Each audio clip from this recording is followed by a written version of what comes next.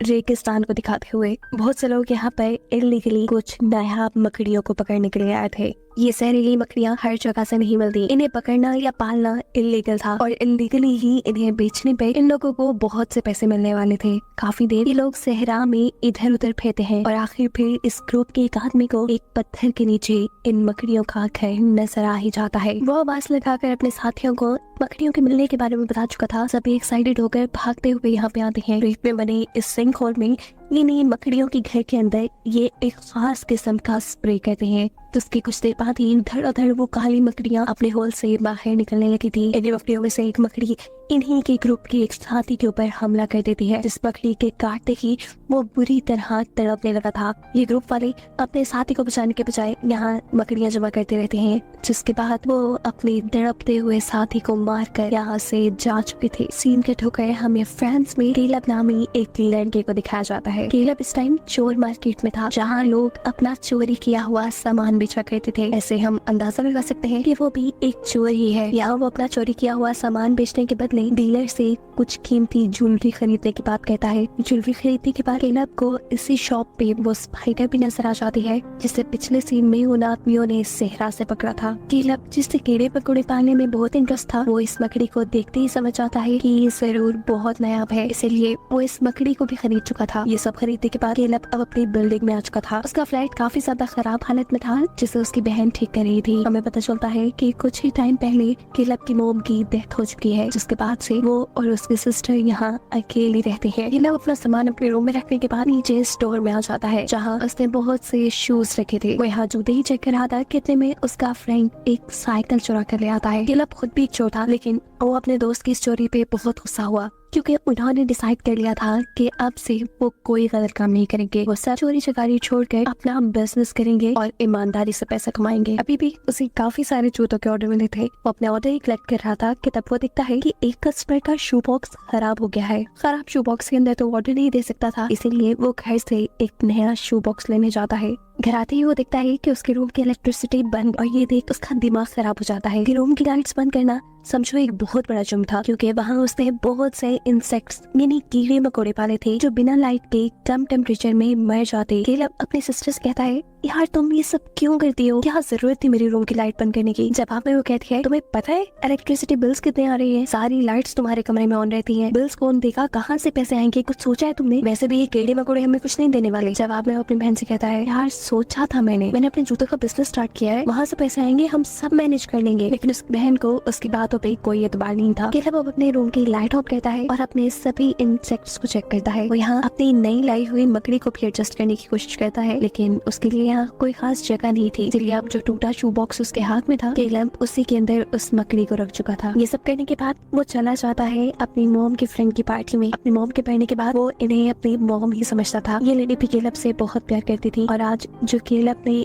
Earrings खरीदे थे वो भी इन्हीं के लिए थे। वो केलब से कहते हैं, तुम सुधर रहे हो, अच्छी बात है, अगर तुम्हारी मोम आज जिंदा होती तो वो बहुत खुश होती। खैर ये लोग अब मस्ती करते हैं, डांस करते हैं, और रात में केलब वापस घर आ जाता है। अब जैसे ही वो स्पाइडर उस मकड़ी को देखने के लिए शू बॉक्स खोलता है, तो मकड़ी उसमें थी ही नहीं। उसे लगा कि वो मकड़ी भाग गई होगी, और ये सोचकर उसे दुख भी हुआ, क्योंकि उसने काफी ज्यादा पैसे देकर वो मकड़ी खरीदी थी, और इससे भी बड़ी बात ये वो बहुत ही नया, बहुत ही रेयर थी। खैर अब वो इसी बॉक्स में रखे हुए शूज को उठाकर नए बॉक्स में पैक करता है और अपने कस्टमर को ऑर्डर डिलीवर करने के लिए बिल्डिंग के यह ऑर्डर उसी की बिल्डिंग में रहने वाले एक आदमी ने दिया था। केलब को ये जूते कस्टमर को देते हुए इस बिल्डिंग का ऑनर देख लेता है। वो हमेशा से ही केलब पे शक किया करता था कि जैसे वो इलीगल काम करता हो, इसीलिए उसका ज्यादा टाइम केलब पर नजर रखते हुए गुजरता था। लड़का शूज लेकर अपने घर आ जाता है, और जैसे ही उन्हें ट्राई करने के लिए पहनता है, तो उसे शूज के अंदर कोई अजीबो गरीब चीज फील हुई। उसके अंदर बहुत बड़ी सी स्पाइडर थी। शुक्र था कि उस स्पाइडर ने उसे काटा नहीं। असल में केलब ने तो अपनी तरफ से स्पाइडर शू बॉक्स में रख दी थी, लेकिन वो स्पाइडर इस शूज के अंदर चली गई थी। जो शूज दूसरे बॉक्स में रखकर केलब इन्हें दे चुका था। ये आदमी अब जैसे ही शू को झाड़ता है, तो उसमें से एक के बाद एक बहुत सारी स्पाइडर्स निकलती है। यानी स्पाइडर ने शूज के अंदर अपने बच्चे भी दे दिए थे। ये सारे स्पाइडर्स इस आदमी को काट लेती हैं। इस आदमी का जिस्म अचानक से सुन्न हो जाता है। वो अपने आप को बचाने के लिए भी कुछ नहीं कर पाया था और कुछ ही देर में उसकी मौत हो गई थी। घर पे अभी तक केलब बहुत ज्यादा परेशान था। केलब की सिस्टर और उसके फ्रेंड्स जो इस घर को सेट कर रहे थे, जब वो उसकी परेशानी पूछते हैं तो केलब यहाँ साफ साफ उन्हें बता देता है कि वो एक जहरीली स्पाइडर यहाँ लेकर आया था जो गलती से उससे गुम हो गई है और अगर वो स्पाइडर किसी को भी काट गई तो उसकी मौत हो सकती है। अभी ये लोग बातें कर रहे थे कि तभी ये नोटिस करते हैं कि जिस आदमी को केलब ने वो शूज बेचे हैं उस आदमी के अपार्टमेंट के बाहर उसका डॉग जोर जोर से भौंक रहा है। ये चेक करने के लिए उसके घर जाकर दरवाजा नॉक करते हैं, लेकिन बार बार दरवाजा नॉक करने पर भी वो आदमी कोई रिस्पॉन्ड नहीं कर रहा था। शोर से आसपास के लोग भी इकट्ठे हो जाते हैं पर वो आदमी दरवाजा नहीं खोलता। ये लोग अब पुलिस को यहाँ बुला चुके थे। पुलिस जैसे ही दरवाजा खोल के अंदर जाती है तो इन्हें उस आदमी की डेड बॉडी मिल रही थी। पुलिस जैसे ही दरवाजा खोल के अंदर जाती है तो सामने उस आदमी की डेड बॉडी पड़ी थी, जिसे देखकर सभी घबरा चुके थे। इस बिल्डिंग का ओनर जिसने केलब को इस आदमी को शूज देते हुए देखा था, वो पुलिस से गुस्से में कहता है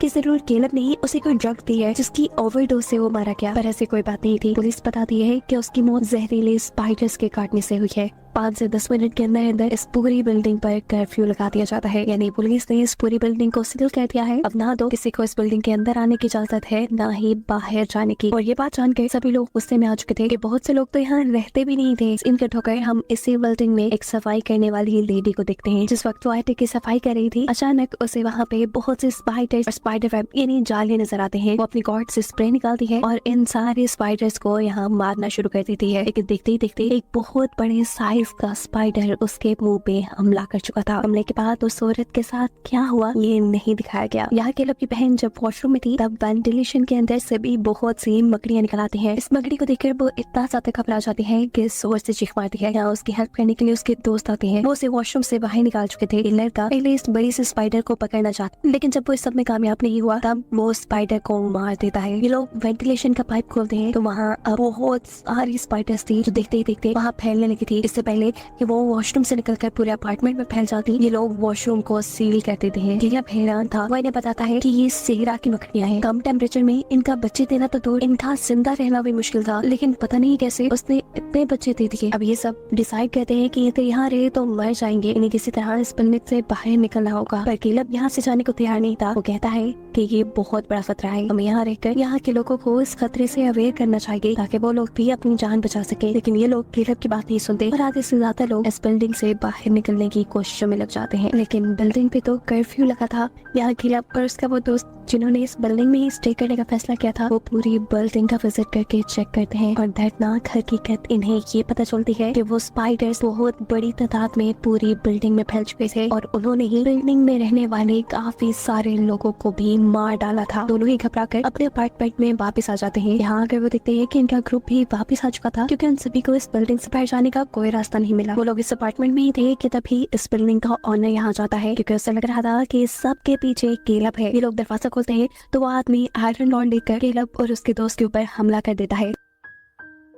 वो पुलिस को ये प्रूफ देना चाहता था कि सबके पीछे केलब है, इसलिए वो उनकी घर की तलाशी लेने वाला था। ऐसे में वो केलब के रूम के साथ साथ वो वॉशरूम भी खोल देता है जिसमें बहुत सी स्पाइडर्स थी। उन स्पाइडर्स को बाहर निकलता हुआ देखकर ये लोग अपनी जान बचाकर इस अपार्टमेंट से बाहर आकर इस अपार्टमेंट को लॉक कर देते हैं क्योंकि वो भी अब खतरे से खाली नहीं रहा था। अपार्टमेंट के अंदर जो लड़का गया था ये स्पाइडर्स अब उसे भी मार चुकी थी और उसकी मौत देखकर ये सभी बहुत ज्यादा घबराए हुए थे। यहाँ केलब को याद आता है कि इस बिल्डिंग से बाहर निकलने का एक रास्ता पार्किंग लॉट भी है, लेकिन जब ये लोग पार्किंग लॉट की तरफ जाते हैं तो वहाँ पर भी बहुत बड़े बड़े स्पाइडर्स ने अपने जाले बनाए हुए थे। इन्हें अगर इस जगह से बाहर जाना था तो लाइट ऑन रखनी थी, लेकिन पार्किंग लॉट की लाइट के तो सेंस लाइट ऑन करके ये लोग बिना आग के तेजी से आगे बढ़ने की कोशिश करते हैं, लेकिन इस सब में केलब की सिस्टर पीछे रह जाती है। इससे पहले कि स्पाइडर्स उसे काट लेती, उसके पास एक लाइटर था जो जलाकर वो यहाँ से आगे आने में कामयाब हो चुकी थी। बेसमेंट के दरवाजे तक पहुँचते पे इन्हें पता चलता है कि ये दरवाजा भी सील था। ये लोग बहुत खटखटाते हैं लेकिन पुलिस उनके लिए ये दरवाजा नहीं खोलती।